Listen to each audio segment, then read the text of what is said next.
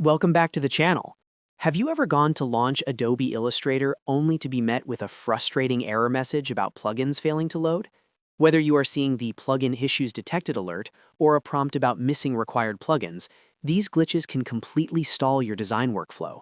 In today's video, I am going to show you exactly how to troubleshoot and fix these Illustrator loading errors so you can get back to your creative work in no time.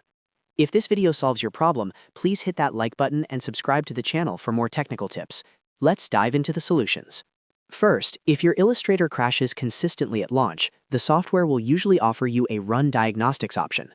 You should definitely select this as it launches the application in safe mode, effectively disabling any third-party plugins and allowing you to pinpoint exactly which specific file is causing the conflict. Now, if that does not resolve the issue, your next step should be resetting your Illustrator preferences. Often, corrupted settings are the silent culprit that block plugins from loading correctly.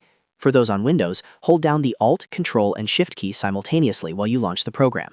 For my Mac users, hold down the Option, Command, and Shift keys during startup. This will prompt a dialog box asking if you want to delete your current settings. Click Continue, and Illustrator will regenerate fresh preferences. If you are on Windows and still having specific plugin trouble, especially if you see errors referencing missing system libraries, you likely need to repair your Microsoft Visual C++ redistributable files.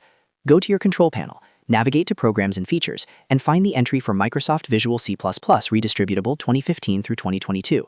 Right-click it, select Change, and then choose the Repair option. Once that is complete, restart your machine.